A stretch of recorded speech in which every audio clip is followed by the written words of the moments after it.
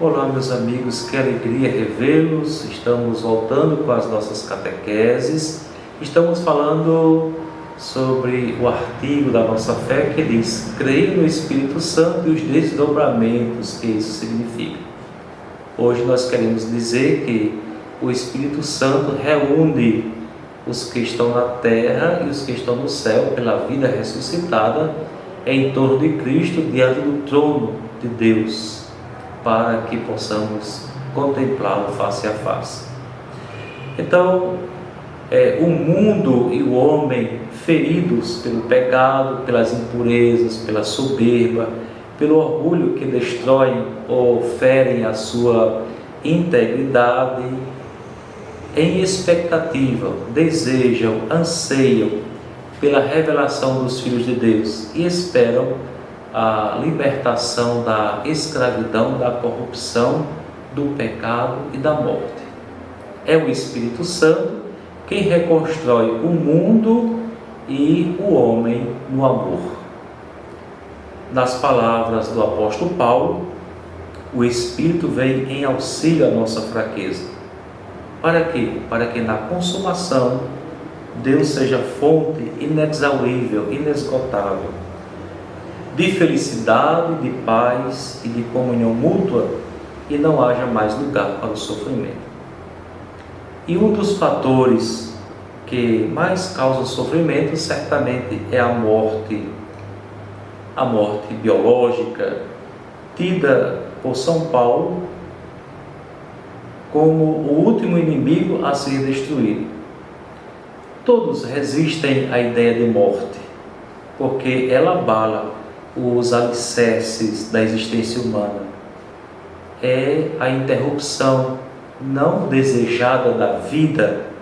Do ponto de vista cristão, a morte é um fato plenamente integrado à vida e deve ser vivida na esperança, porque, diz o apóstolo Paulo, sabemos com efeito que se a nossa morada terrestre, esta tenda, for destruída, teremos no céu um edifício, obra de Deus, morada eterna, não feita por mãos humanas. Esta esperança é expressão da fé na vida após a morte. E o cristianismo não admite a morte como a última palavra na consciência da humanidade. A morte não tem a última palavra sobre a vida. O Novo Testamento abre uma nova perspectiva para a realidade da morte. São Paulo diz que morrer é lucro, pois significa estar com Cristo. Vocês podem acompanhar na carta aos Filipenses, capítulo 1, versículos 21 e 23. O livro do Apocalipse apresenta a morte com um sentido de bem-aventurança. Os que morrem em Cristo descansam de suas fadigas e não mais padecerão. Nós encontramos no livro do Apocalipse, capítulo 14, versículo 13.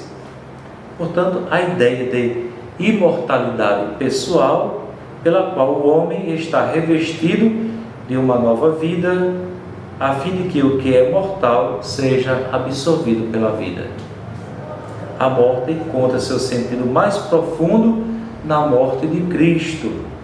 Nele, o cristão mergulha em sua morte para ressurgir com ele para a vida que lhe possibilita o encontro com Deus depois da morte.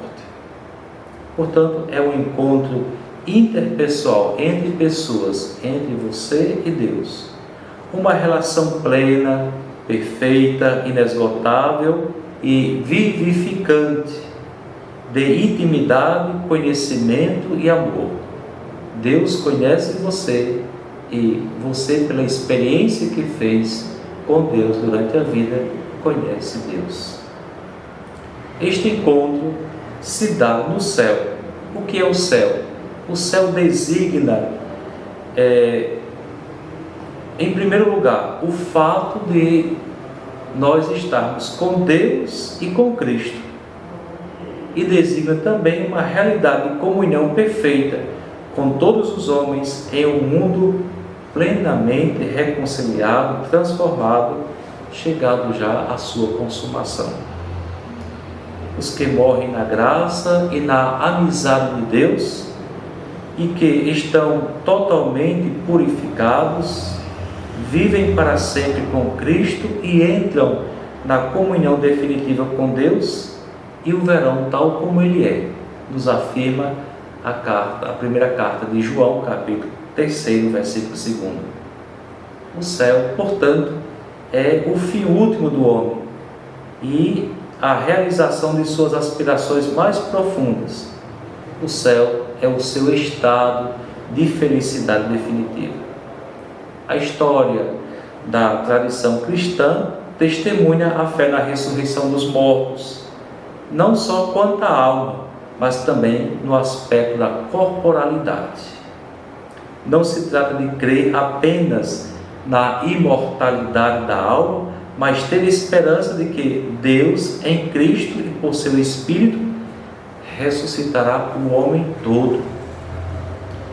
Pois o homem é uma unidade inseparável de corpo e alma. Ademais, a fé na ressurreição é a abertura para viver a íntima união com Deus na plenitude. Por fim, e não menos importante, o Espírito Santo, que nós dizemos cremos nele, atesta que somos filhos de Deus. E se somos filhos de Deus, somos participantes da glória de Cristo. Ele é a garantia da nossa ressurreição. Ele realiza a nossa ressurreição da carne e a nossa glorificação. E fará surgir um novo céu e uma nova terra. Por que não dizer um novo homem, uma nova mulher? Esta renovação que o Espírito realiza no mundo e no homem é uma renovação misteriosa que há de transformar o mundo e o homem e consistirá na consumação definitiva do projeto de Deus.